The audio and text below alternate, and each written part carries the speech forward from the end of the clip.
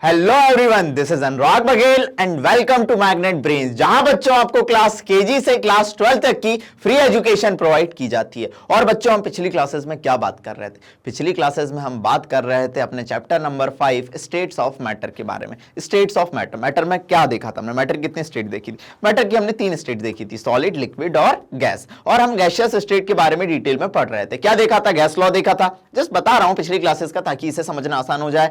Gas law देखे थे हमने, अलग अलग Boyle's law, Charles law, Gay Lussac law, Avogadro law, और इन्हें मिला के हमने किसके बारे में डिस्कस करा था? Ideal gas equation PV is equal to NRT के बारे में, कंबाइंड गैस लॉ के बारे में। यहां तक हमने पिछली क्लासेस में डिस्कस कर लिया था। प्रॉपर एनसीईआरटी बेस्ड चल रहे हैं, और जहां जहां लगता है मुझे, इनके ग्राफ्स मैंने बताए थे आपको कि भैया आप ग्राफ्स देखिएगा। ग्राफ्स में आप लोगों ने देखा होगा कि भैया हम इजी वे में ग्राफ कैसे कर सकते हैं। आज हम क्या बात करने वाले हैं? आज हम बात करने वाले हैं, छोटे से टॉपिक, छोटा है या बड़ा है वो तो वीडियो खत्म होने के बाद पता चलेगा, Dalton's law of partial pressure के बारे में। चलिए, अगला लॉ है हमारा Dalton's law of partial pressure. क्या है इसकी कहानी, क्या है इसकी मोह माया, क्या है, इसे समझते हैं। निकालिए अपनी कॉपी, निकालिए अपना पेन, और फुल एनर्जी, फुल जोश के साथ इस टॉपिक को शुरू करते हैं, और एकदम इजीएस्ट वे में करेंगे, प्रॉपर तरीके से। चलिए बात करते हैं Dalton's law of partial pressure के बारे में। ध्यान दीजिएगा, ये अपनी एनसीईआरटी में बेटा आर्टिकल 5.6.2 है। 5.6.2 है। प्रॉपरली एनसीईआरटी बेस्ड करते हुए चलेंगे। क्या है Dalton's law of partial pressure? इसका स्टेटमेंट क्या है देखिएगा। It states that the total pressure exerted by the mixture of non-reactive gases, समझना, the total pressure exerted by the mixture of non-reactive gases is equal to the sum of the partial pressure of individual gases। मान लीजिए कोई individual gas है, first gas मैंने मान लिया, उसका partial pressure मेरे बच्चों P1, ठीक है। आपने नापा पार्शियल प्रेशर, आपको मिला P1, ठीक है, ये वैल्यू आई, चलिए ठीक है। दूसरी इंडिविजुअल गैस है अपने पास, उसका पार्शियल प्रेशर अपन ने नापा P2, अपने को वैल्यू मिली ये, मान लीजिए सपोज, ठीक है। अब हमने इन दोनों गैसों को कंबाइन करा, तो जो टोटल प्रेशर आएगा वो इन दोनों के पार्शियल प्रेशर का सम होगा। That's it. तो जो टोटल प्रेशर आएगा जब इन गैसों को मिक्स करेंगे, आप देख पा रहे हैं इसके मॉलिक्यूल, इस गैस के और इस गैस के मॉलिक्यूल को जब हमने मिक्स करा, तो जो हमें टोटल प्रेशर मिल रहा है वो P1 प्लस P2 के बराबर आता है। ये लॉ कहता है, सुनिए एक बार फिर से। It states that the total pressure exerted by the mixture of non-reactive gases। और ये गैसेस कैसी होनी चाहिए मेरे बच्चों? नॉन रिएक्टिव, आपस में रिएक्शन कर जाएंगी तो भैया प्रोडक्ट दे देंगी। हम क्या बात कर रहे हैं? दोनों गैसेस कैसी हैं? Non reactive. तो total pressure is sum of the partial pressure of individual gases. What is partial pressure? अगर आपके दिमाग में ख्याल उठे कि पार्शियल प्रेशर क्या होता है, समझिए, हमने तो बात कर ली लॉ के बारे में, लेकिन सर पार्शियल प्रेशर टर्म का मतलब क्या है? तो सुनना, in a mixture of gases the pressure exerted by the individual gas, in a mixture of gases the pressure exerted by the individual gas is known as a partial pressure। चलिए, तो total pressure is sum of the partial pressure of individual gases। जब हम इस law को देखेंगे तो हम volume और टेम्परेचर को क्या रखेंगे? कांस्टेंट रखेंगे। देखिए, हमने वॉल्यूम को कांस्टेंट रखा हुआ है, तो हमें टोटल प्रेशर किसके बराबर मिल रहा है? इंडिविजुअल प्रेशर के सम के बराबर मिल रहा है। पहले इसे नोट डाउन करो मेरे बच्चों, फिर आगे बढ़ते हैं। वॉल्यूम और टेम्परेचर हमने कांस्टेंट रखा हुआ है। टेम्परेचर 298 केल्विन ले लो, ठीक है, और उस पे इस रिएक्शन को प्रोसीड कर दो तो आपको कहानी पता चल जाएगी। कोई इसमें रॉकेट साइंस नहीं है। चलिए आगे बढ़ाता हूं इस कहानी को। ले लिया स्क्रीनशॉट, लिख लिया मेरे बच्चों, लिख लिया। बहुत सिंपल है, कुछ भी नहीं है इसमें। चलिए ध्यान दीजिएगा। अब बात करते हैं partial pressure in terms of mole fraction. इस पे बहुत बढ़िया तरीके से कॉन्सेप्ट बनते हैं। Partial pressure in terms of mole fraction. समझिए, मोल फ्रैक्शन को पहले मैं आपको एक बार समझाऊंगा कि मोल फ्रैक्शन होता क्या है। मान लीजिए ये कंटेनर है, मेरे पास इसमें एक सॉल्वेंट भरा है। अभी मैं गैस की बात नहीं कर रहा, मैं सॉल्यूशन की बात कर लेता हूं। आपको ज्यादा सही रहेगा। सॉल्यूशन चैप्टर में ही हम पढ़ते हैं किसके बारे में, मोल फ्रैक्शन के बारे में। ये सॉल्यूशन है, अभी मानने में क्या जा रहा है, ठीक है, सॉल्यूशन है, ठीक है। एक कंपोनेंट है इसमें मान लो सॉल्वेंट, एक कंपोनेंट है मान लो सॉल्वेंट, और इसमें आपने क्या डाल दिया है मेरे बच्चों, इसमें आपने डाल दिया है सॉल्यूट। ये लो सॉल्यूट मतलब पानी, और सॉल्यूट मान लो NaCl, ठीक है, आपने डाल दिया इसमें सॉल्यूट। अब ध्यान दीजिए, अगर सॉल्वेंट है उसके नंबर ऑफ मोल है, मान लीजिए आपने बोल दिया सॉल्वेंट को Na, और सॉल्यूट है उसके नंबर ऑफ मोल्स आपने बोल दिए Nb। अब ध्यान दीजिए, अब अगर आपको मोल फ्रैक्शन निकालना है सॉल्वेंट का, मोल फ्रैक्शन निकालना है सॉल्वेंट का, इसे जाई से रिप्रेजेंट करते हैं। एक्स नहीं है वो एक्स नहीं है, वो है क्या, जाई।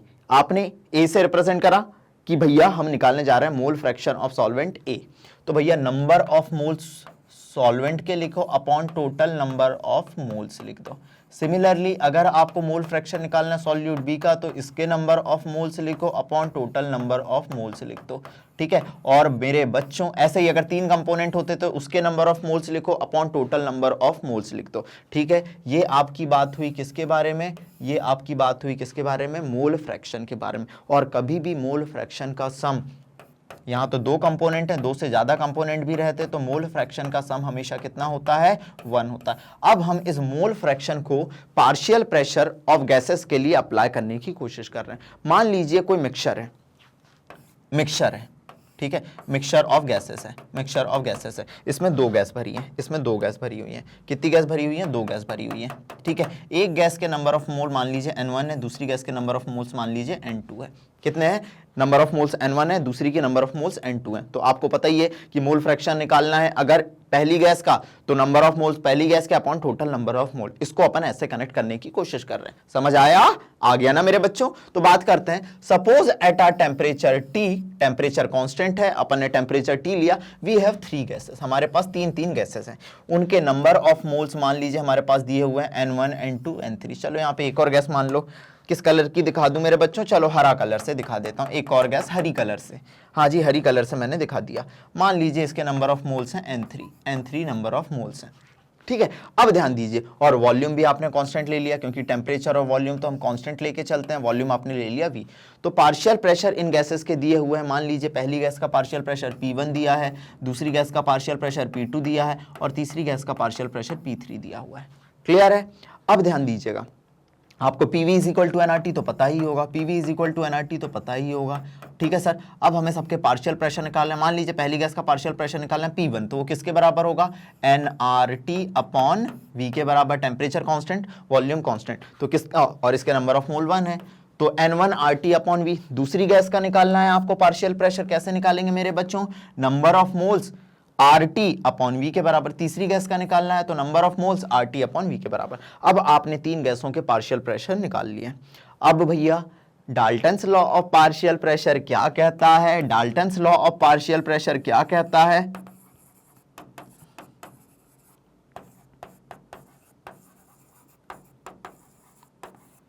कि total pressure is sum of partial pressure. जो टोटल प्रेशर होता है वो सम होता है पार्शियल प्रेशर का, ठीक है सर। तो हमने लिखा total pressure sum of partial pressure. Gas 1 का प्रेशर क्या है, N1 RT upon V, gas 2 का क्या है, N2 RT upon V, gas 3 का क्या है, N3 RT अपॉन T। इससे हमारे पास RT अपॉन V तो बच्चों कॉमन है, कॉमन निकाला हमने, और हमने क्या करा, टोटल प्रेशर को N1 + N2 + N3 के टर्म में लिख दिया। इसे मान लीजिए मैंने कोई इक्वेशन 1 नाम दे दिया। क्या नाम दे दिया, इक्वेशन 1। तो मेरे पास इक्वेशन 1 आ चुकी है, N1 + N2 + N3 RT upon V। पहले इसे नोट डाउन करो, this is total pressure of 3 gases in a container. 3 gases थी हमारे कंटेनर में, ठीक है, उनके नंबर ऑफ मोल्स दिए थे, उनके पार्शियल प्रेशर दिए हुए थे, तो हमने उनके निकाल दिया क्या, टोटल प्रेशर निकाल दिया। पहले यहां तक आइए मेरे बच्चों, फिर कहानी को आगे बढ़ाता हूं। आइए,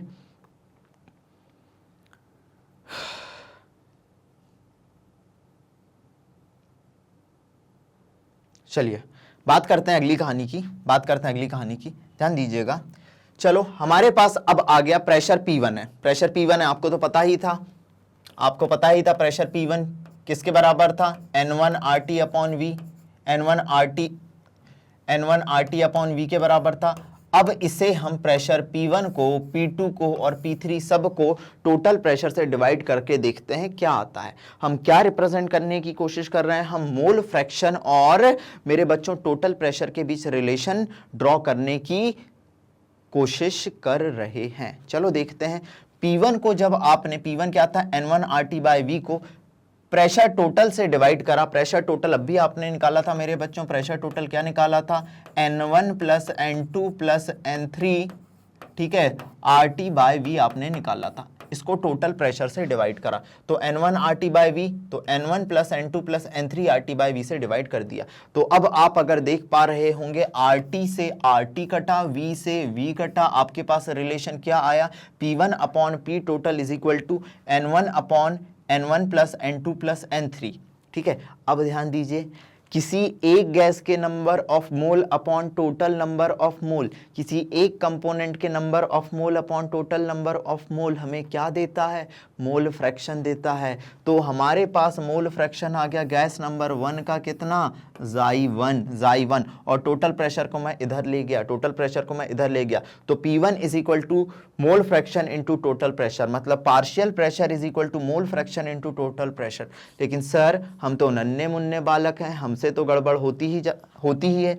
यहाँ पे Xy1 होगा, Xy1 mole fraction of gas 1, ठीक है, हमसे तो सर गड़बड़ होती है। Mole fraction is equal to partial pressure into partial pressure is equal to mole fraction into total pressure. इस फॉर्मूले को याद रखने का तरीका, this is Anurag Baghel short trick, this is Anurag Baghel short trick, this is Anurag Baghel short trick. क्या है अनुराग बघेल की शॉर्ट ट्रिक, ध्यान देना मेरे बच्चों, अनुराग बघेल की शॉर्ट ट्रिक क्या है। चलो हंसता हुआ नूरानी चेहरा बना दो, काली जुल्फे रंग से नहरा, तेरी जवानी तौबा तौबा रे, ये अपन ने बना दी।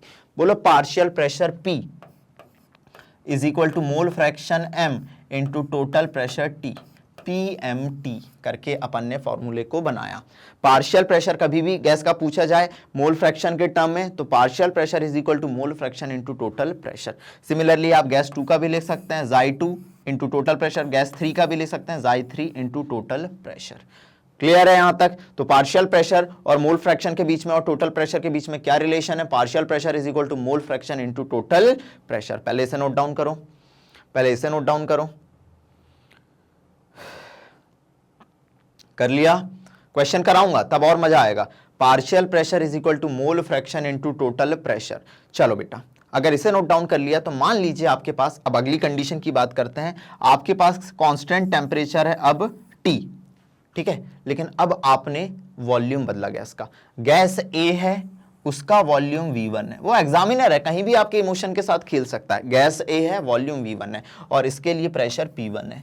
चलो ठीक है, इसे मिक्स कर रहे हैं आप, गैस B है उसका वॉल्यूम V2 है और प्रेशर P2 है, ठीक है।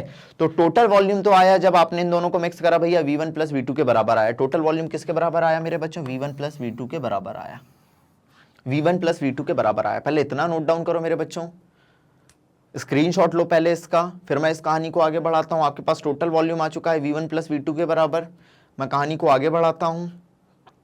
चलिए अब कहानी को अगर आगे बढ़ाया जाए तो ध्यान दीजिएगा, ध्यान दीजिएगा, हमारी अगली कहानी हमको कहती है नाउ टोटल प्रेशर अगर मान लो P है और partial pressure of gas A का PA और गैस B का PB है, तो बॉयल्स लॉ क्या कहता है, बॉयल्स लॉ क्या कहता है, PV is equal to constant, PV is equal to constant, या P1V1 is equal to P2V2, P1V1 is equal to P2V2, ये हमारा क्या कहता था, बॉयल्स लॉ कहता था, आपको पता ही होगा। अब यही कॉन्सेप्ट हम यहां अप्लाई करते हैं, यही कॉन्सेप्ट हम यहां अप्लाई करते हैं। क्या था, पहली गैस थी इस कंटेनर में, मान लीजिए, ध्यान देना मेरे बच्चों, पहली गैस थी इस कंटेनर में, वॉल्यूम कितना था मेरे बच्चों, उस गैस का वॉल्यूम था V1 और प्रेशर था, वॉल्यूम था मान लीजिए V1 और प्रेशर था कितना अपना P1, ठीक है। दूसरी गैस थी आपने मान लीजिए उसका वॉल्यूम था V2, वॉल्यूम था कितना मेरे बच्चों V2 और प्रेशर कितना था P2, वॉल्यूम था V2 और प्रेशर कितना था P2। अब दोनों को मिक्स कर दिया आपने, अब दोनों को आपने मिक्स कर दिया मेरे बच्चों, तो जो नया कंटेनर आया, नए कंटेनर में अब ध्यान दीजिए, अब पहली गैस का प्रेशर अगर मान लीजिए P1 है और वॉल्यूम अब वॉल्यूम हो जाएगा V1 प्लस V2, और दूसरी गैस का पार्शियल प्रेशर अभी भी P2 ही रहेगा, लेकिन वॉल्यूम कितना हो गया, V1 प्लस V2 हो गया। फाइनली वॉल्यूम तो जुड़ेगा ना, V1 प्लस V2 हो गया। इस कहानी को यहां अप्लाई करते हैं।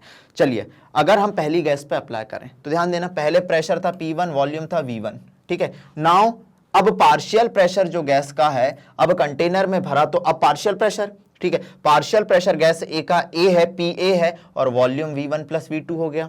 पहले इंडिविजुअली था, ध्यान देना, अब पार्शियल प्रेशर को पी ए से और इसको पी बी से, ठीक है। अब पहले क्या था, P2 V2 था, दूसरी गैस का P2 V2 था, अब क्या हो गया, पार्शियल प्रेशर हो गया PB, और वॉल्यूम किसके बराबर हो गया, V1 प्लस V2 के बराबर हो गया।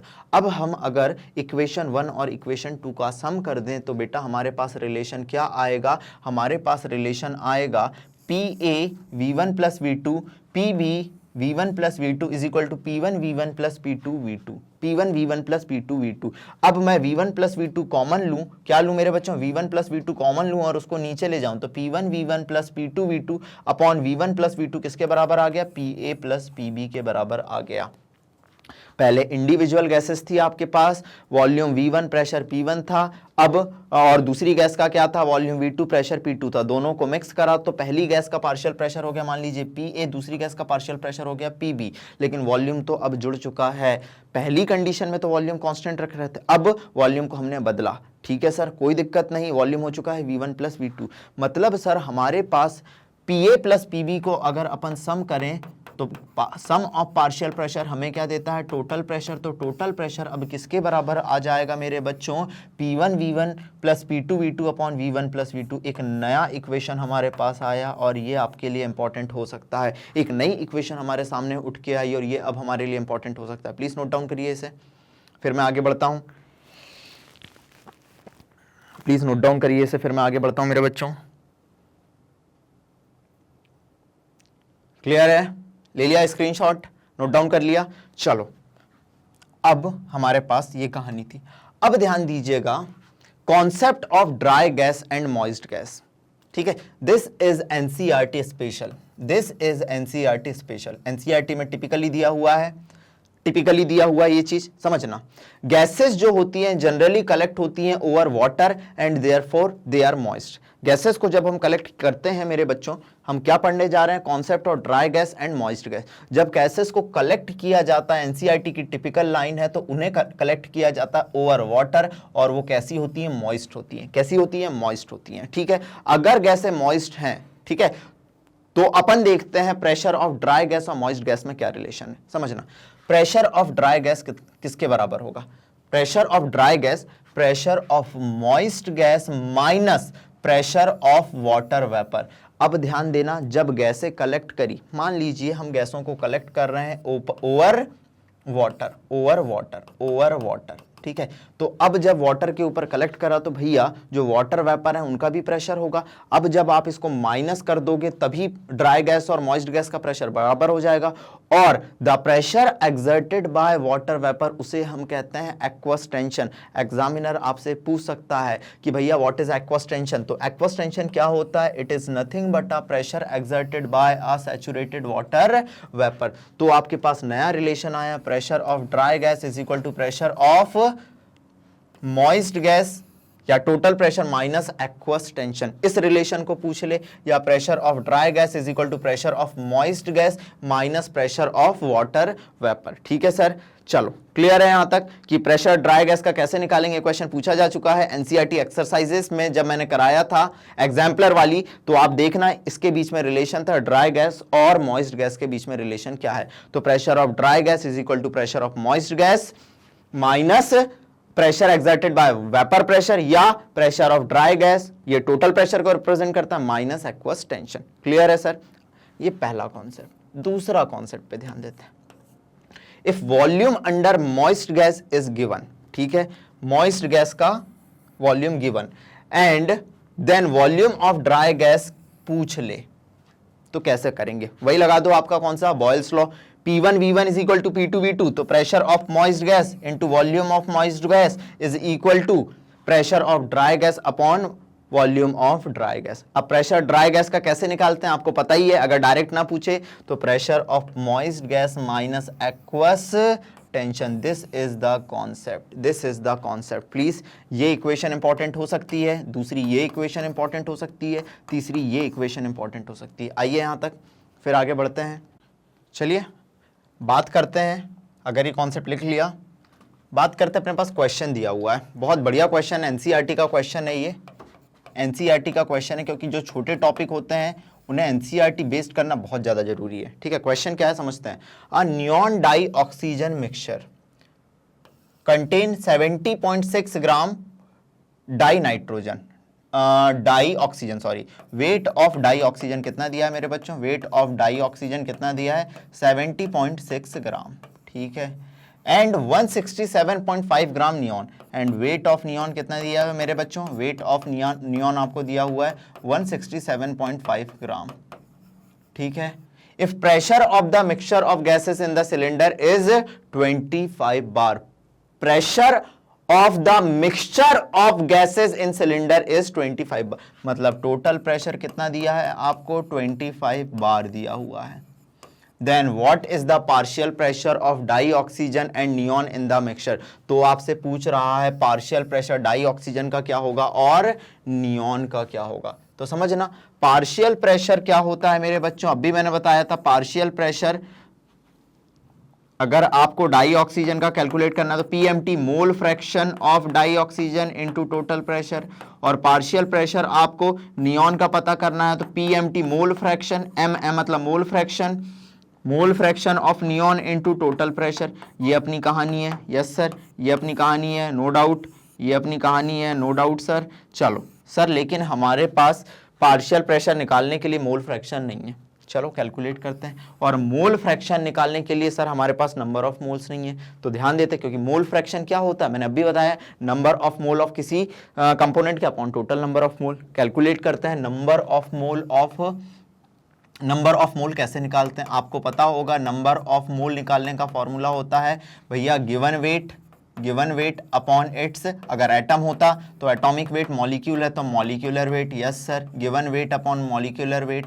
चलो गिवन वेट कितना दिया हुआ है सर अपने को, गिवन वेट दिया है, अगर हम ऑक्सीजन की बात करें नंबर ऑफ मोल्स की तो गिवन वेट कितना है 70.6 ग्राम, अपॉन मॉलिक्यूलर वेट कितना होता है 32। चलो कैलकुलेट कर लेते हैं, कैलकुलेटर का यूज करके मेरे बच्चों, कैलकुलेटर का यूज करके इसे कैलकुलेट कर लेते हैं कि 70.6 डिवाइड बाय 32 कितना होता है, 70.6 डिवाइड बाय 32 कितना होता है, दिस इज 2.20, दिस इज 2.20। ठीक है सर, अब हम बात करें नंबर ऑफ मोल्स ऑफ, अगर हम नियॉन की बात करें, नियॉन का वेट कितना दिया हुआ है मेरे बच्चों 167.5 ग्राम, अपॉन मॉलिक्यूलर वेट नियॉन का कितना होता है 20, तो 167.5 को डिवाइड करते हैं अपन किससे, 20 से डिवाइड करते तो ये आ गया आपका 8.375। ठीक है सर, ये हमारे नंबर ऑफ मोल आ गए हमारे पास, तीसरी कहानी कंप्लीट हो गई। अब हमें निकालना है मोल फ्रैक्शन, अगर हमें मोल फ्रैक्शन ऑक्सीजन का निकालना है तो number of moles of oxygen upon total number of moles, चलो सर कोई दिक्कत नहीं, number of moles of oxygen कितने दिए हैं 2.20, upon total number of moles कितने दिए हुए हैं भैया 2.20 प्लस 8.375। चलो मैं कैलकुलेट करता हूँ ये आंसर कितना आ रहा है, सबसे पहले तो देखते हैं 2.20 प्लस 8.375, ये आ गया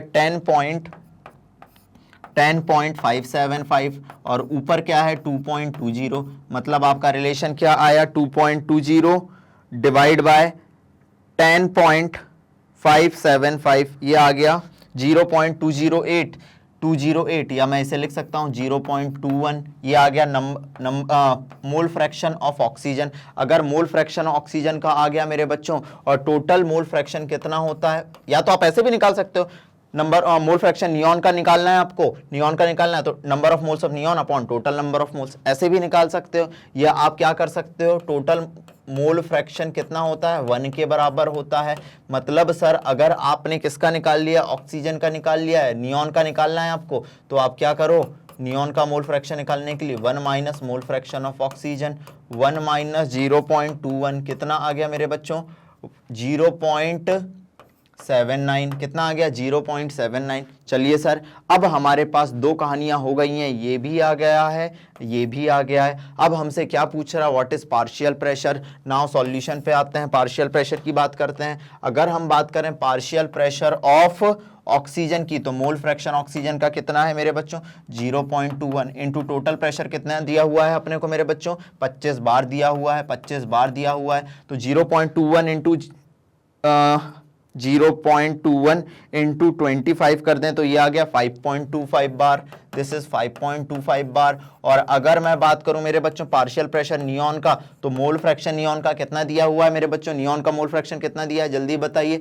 0.79 इंटू टोटल प्रेशर कितना होता है 25 दिया हुआ है, तो 0.79 इंटू 25 कर देते हैं, 0.79 इंटू 25 कर देते हैं, कितना आ गया 19.75 बार आ गया, 19.75 बार आ गया। इस तरीके से हम Dalton's law of partial pressure का यूज करके क्वेश्चन सॉल्व कर सकते हैं।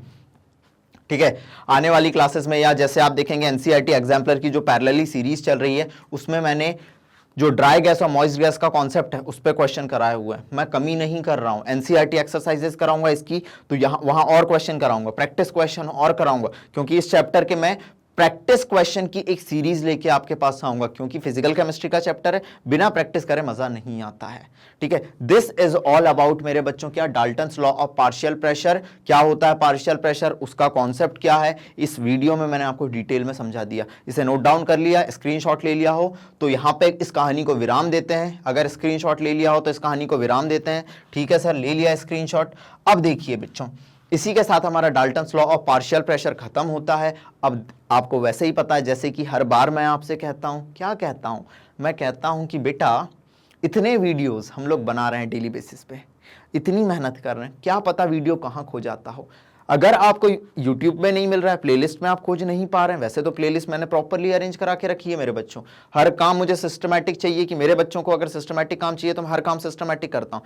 फिर भी अगर कोई दिक्कत आ रही है आपको वीडियो सर्च करने में, तो बार बार कहता हूं कि आप जाइए www.magnetbrains.com पे। आप जैसे ही जाएंगे आपको वेबसाइट ओपन हो जाएगी, इसमें हर सब्जेक्ट की प्लेलिस्ट प्रॉपर्ली अरेंज है। आप जाइए क्लास 11th पे, जैसे ही आप क्लास 11th पे जाएंगे मेरे बच्चों, ऐसे बहुत सारे subject teachers, expert subject teachers आपके सामने आ जाएंगे। आ गए, अब आपको केमिस्ट्री पढ़ना है तो देखिए मैं केमिस्ट्री पढ़ाता हुआ वॉच नाउ पे जैसे ही जाएंगे आपको केमिस्ट्री के अलग अलग चैप्टर्स, जैसे चैप्टर 1 हो चुका है, 2 हो चुका है, 3 हो चुका है, 4 हो चुका है, 5 पांचवा चैप्टर आपको वैसे स्क्रॉल करेंगे तो नीचे मिल जाएगा। ठीक है, मान लीजिए चैप्टर 3 आपको देखना है, चैप्टर 3 पे आपने क्लिक करा, मैं आपको पढ़ाता हुआ दिख जाऊंगा। इस तरीके से भी आप दूसरा पैटर्न फॉलो कर सकते हैं। इस तरीके से मेरे बच्चों मैग्नेट ब्रेन आपको क्लास केजी से क्लास 12th तो ठीक है, लेकिन अगर आप नीट और जेई की प्रिपरेशन कर रहे हैं तो हर बेसिक कॉन्सेप्ट मैं आपको देता हुआ जा रहा हूं, और आपके लिए उसी जोश और जुनून से मेहनत कर रहे हैं जो आप चाहते हैं कि कोई टीचर आपको करे। ऑनलाइन के जमाने में भी इतने जोश और जुनून के साथ अगर आपको फ्री एजुकेशन प्रोवाइड की जा रही है तो इसे लोगों तक पहुंचाएं और कमेंट सेक्शन में जरूर बताएं आज की कहानी कैसी लगी। आज की कहानी को यहीं विराम देते हैं। Thank you so much.